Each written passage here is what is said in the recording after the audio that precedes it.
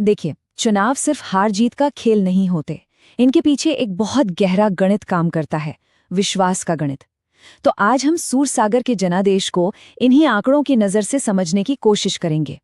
और हाँ, ये विश्लेषण किसी व्यक्ति विशेष का नहीं है, बल्कि उस सिस्टम का है जिसमें कोई भी नेतृत्व काम करता है। हमें ये देखना है कि आखिर ये विश्वास बनता कैसे है और कभी-कभी टूट कैसे जाता है। तो चलिए शुरू करते हैं जमीन से। किसी भी राजनीतिक विश्लेषण की असली शुरुआत वहीं से होती है। हम बात कर रहे हैं सूरसागर जोधपुर की।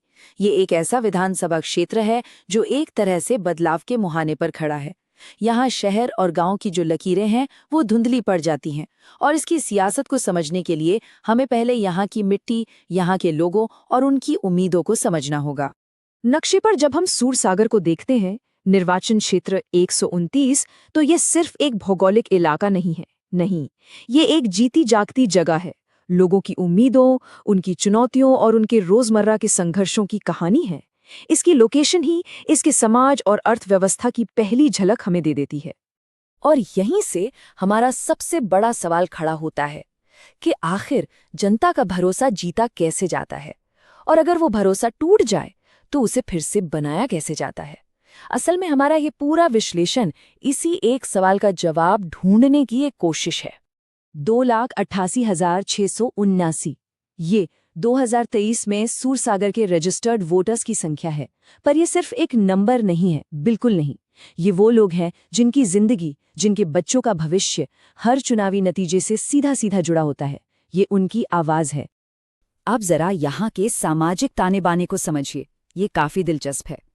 एक तरफ मेघवाल जैसे महत्वपूर्ण अनुसूचित जाति के समुदाय हैं, तो दूसरी तरफ जाट और कुम्हार जैसे प्रभावशाली ओबीसी समुदाय भी हैं। और इन सबके बीच एक नई पीढ़ी तेजी से अपनी जगह बना रही है। ये वो नौजवान हैं जो पढ़े लिखे हैं, पहली बार वोट डाल रहे हैं, और जिनकी दुनिया डिजिटल है, जिनके लिए खबर का सबसे पहला और तेज जरिया व्हाट्सएप है। तो सवाल उठता है कि ये जो 2,88,000 से ज्यादा वोटर हैं, इनकी सबसे बड़ी परेशानियां क्या हैं? डेटा बिल्कुल साफ है। सबसे ऊपर दो मुद्दे हैं, बेरोजगारी और महंगाई। और ये सिर्फ टीवी डिबेट के मुद्दे नहीं है। नहीं, ये वो हकीकतें हैं जो हर घर के चूल्हे और हर परिवार के सम्मान पर असर डालती हैं।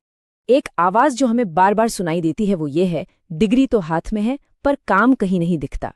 ये आवाज सूरसागर के हजारों पढ़े लिखे नौजवानों की है, और यही सबसे बड़ी चिंता है। ये सिर्फ एक आर्थिक मसला नहीं है, ये एक पूरी पीढ़ी की उम्मीदों से जुड़ा सवाल है। और दूसरी बड़ी चिंता वो है महंगाई। जैसा कि लोग कहते हैं, अनाज का दाम, तेल का दाम, ये सब मिलकर रोज की इज्जत से जीने की लड़ाई को और मुश्किल बना देता है। ये सिर्फ पैसों का मामला नहीं है, ये हर दिन की गरिमा का सवाल है। तो हमने जमीनी हकीकत को समझा, लोगों की चिंताओं को सुना। अब चलिए सीधे आंकड़ों की दुनिया में चलते हैं, क्योंकि आंकड़े झूठ नहीं बोलते, वो जनता की कहानी कहते हैं। हम 2008 से 2023 तक के चुनावी डेटा को बारीकी से देखेंगे। 69.6% ये 2023 का वोटर टर्नआउट है, और ये एक बहुत मजबूत आंकड़ा है।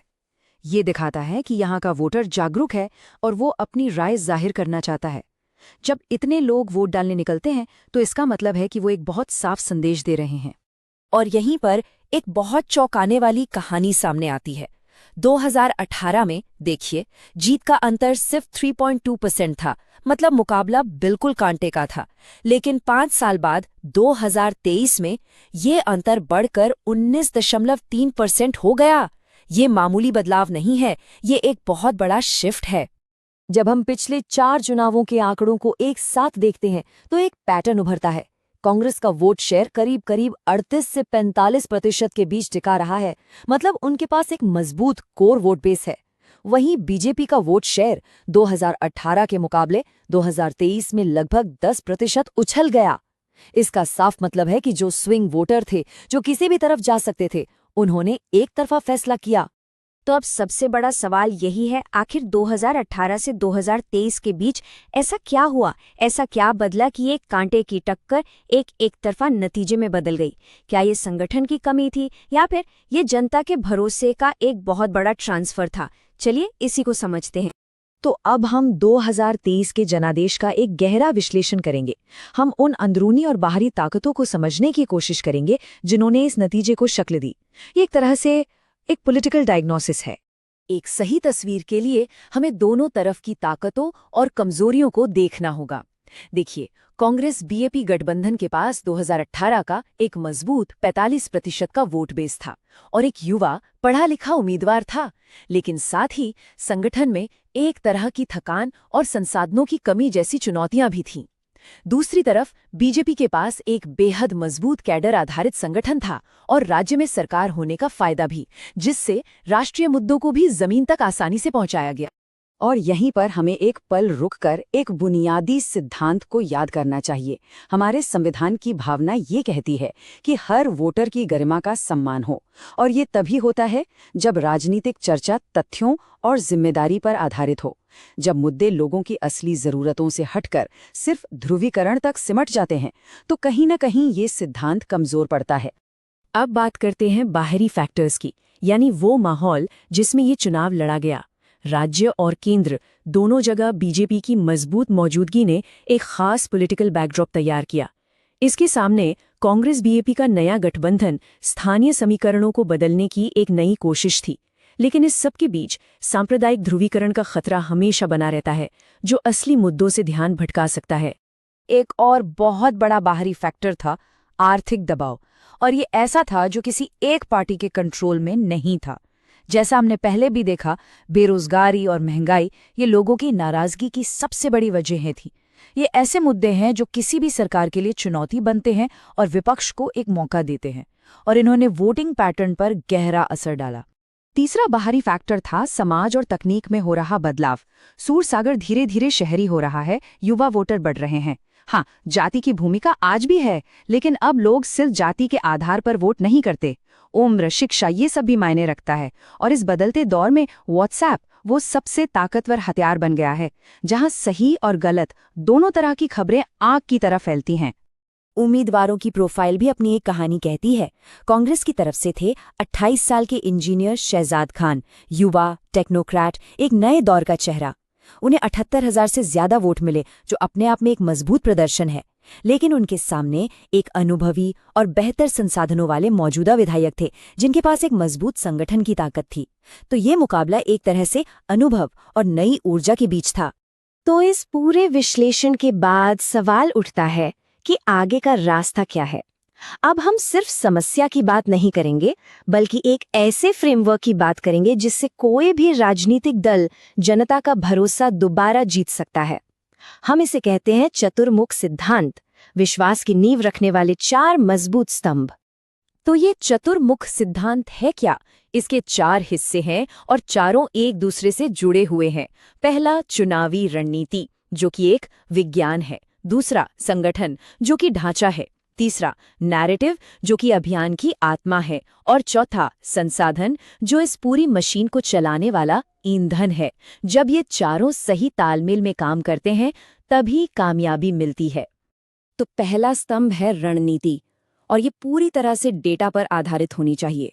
मतलब एक एक बूथ पर वोटरों की मैपिंग, शहरी नौजवान, एससी ओबीसी समुदाय और दूसरे वर्गों को मिलाकर एक मजबूत गठबंधन तैयार करना।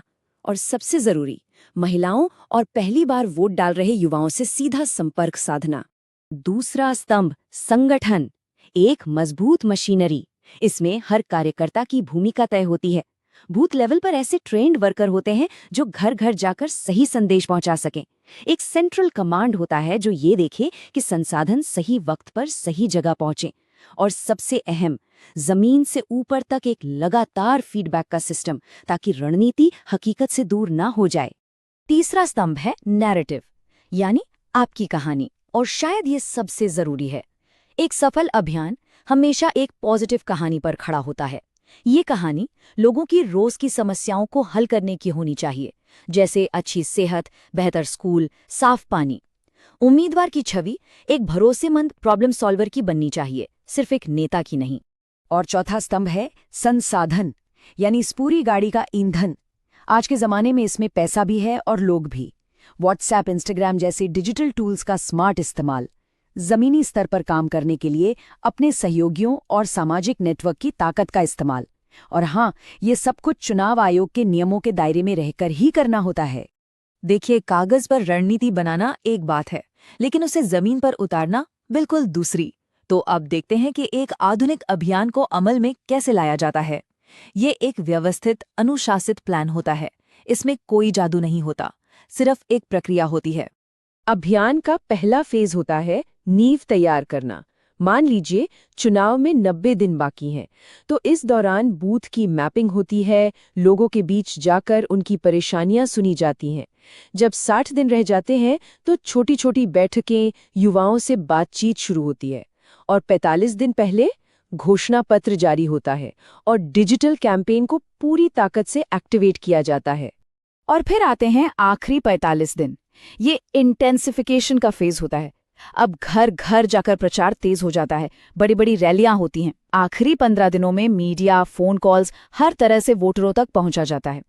और आखिरी के 3-4 दिन होते हैं ग्राउंड जीरो ऑपरेशन, यानी चुनाव के दिन के लिए सारी तैयारी पक्की करना। लेकिन इस डेटा ड्रिवन कैंपेन के बीच एक और बहुत जरूरी बात याद रखनी होती है। भारत के नए डेटा प्रोटेक्शन कानून की भावना भी यही कहती है कि हर वोटर की निजता और उसकी सहमति का सम्मान किया जाए। जब आप लोगों का डेटा इस्तेमाल करते हैं तो ये आपकी नैतिक जिम्मेदारी बनती है। भरोसा सिर्फ वादों से नहीं, आपकी प्रक्रियाओं की ईमानदारी से भी बनता है। तो हम अपने विश्लेषण के आखिर में पहुंच रहे हैं, और यहाँ सवाल सिर्फ एक चुनाव जीतने का नहीं है। असली मकसद क्या होना चाहिए?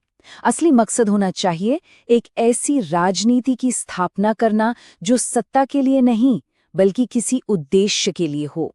Purpose driven politics. लेकिन ये रास्ता आसान नहीं है, बिल्कुल भी नहीं। सामने हमेशा सत्ता और संसाधनों की ताकत एक चुनौती बनकर खड़ी रहती है।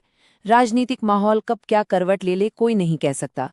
और सबसे बड़ा खतरा होता है अंदरूनी खींचतान का, जो सारी मेहनत पर पानी फेर सकता है। इस रास्ते पर चलने के लिए जबरदस्त अनुशासन चाहिए। तो फिर विजन क्या है?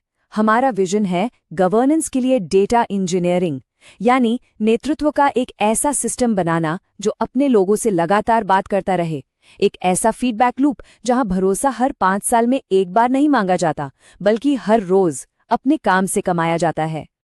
और यहीं पर हम आपको एक आखिरी सवाल के साथ छोड़कर जाते हैं। क्या राजनीति सिर्फ ताकत हासिल करने का खेल बनकर रह जाएगी, या ये किसी बड़े मकसद को पूरा करने का एक जरिया बन सकती है? सूरसागर की कहानी हमें इस सवाल पर सोचने के लिए मजबूर करती है। If you want to become a people-centric leader and uplift your constituency, get in touch with blueprintstrategies.ai at mjr@blueprintstrategies.ai or call 080-4204-1602. Purpose Beyond Politics.